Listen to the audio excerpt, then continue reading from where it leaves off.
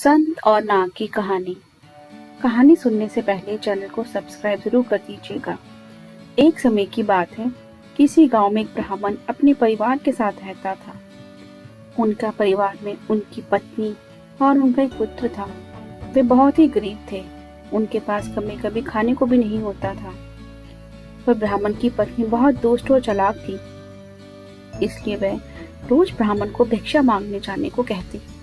पर ब्राह्मण उसकी एक नहीं सुनता था और घर में राम नाम का जाप करता रहता था। पत्नी के रोज रोज लज्जित करने पर ब्राह्मण एक दिन सुबह सुबह उठा और अपना पोती पत्रा उठाया और दूसरे गांव में चल दिया। चलते चलते वह घने जंगल में पहुंचा और अंधेरा हो गया। वह वहां एक बड़ा सा पीपल के पेड़ के नीचे बैठ गया और राम नाम जपने लगा। सुबह होने पर जब उठा तो पास के सरोवर पर स्नान करके वह आगे चला और दूसरे गांव में पहुंच गया। गांव वाले उससे ना तो कोई कथा सुनना चाहते थे और ना ही कोई इसे भिक्षा दे रहा था। वह ब्राह्मण दुखी होकर घूम फिर उसी पीपल के पेड़ के नीचे आके बैठ गया। वह पीपल का पेड़ बहुत विशाल था। उस पेड़ की जड़ में एक विशाल काला सांप रहता था। उस ब्राह्मण ने सोचा कि मेरी कथा तो कोई नहीं सुनता, ये कथा मैं पीपल के पेड़ को ही सुना देता हूँ। उसने अपनी कथा सुनाने लगा।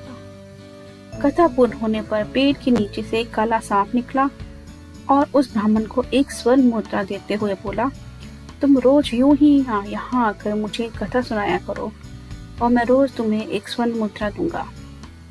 ब्राह्मण ने उसकी बात मान ली और नाग ने बदले में कहा कि तुम ये बात किसी को मत बताना, इससे तुम्हारे सारे दुख दर्द दूर हो जाएंगे।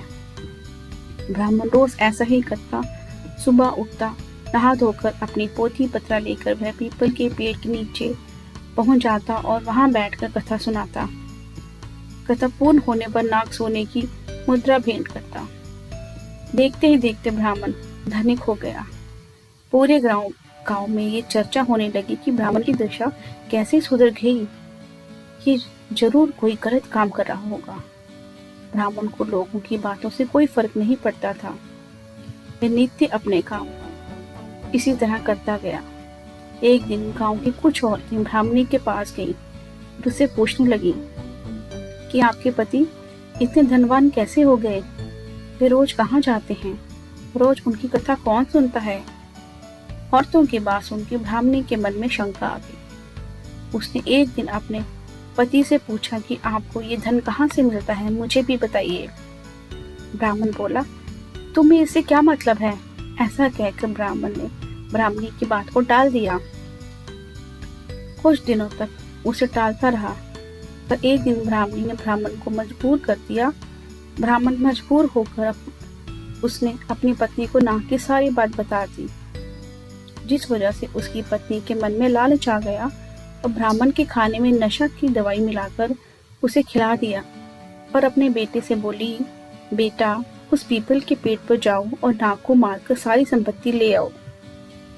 ब्राह्मण का लड़का अपने पिता का पोथी पत्रा लेकर वहां गया और पीपल के पेड़ के आगे बैठकर कथा सुनाने लगा तथा पूरी होने पर वह नाग बाहर आया और उसको स्वर्ण मुद्रा देने लगा।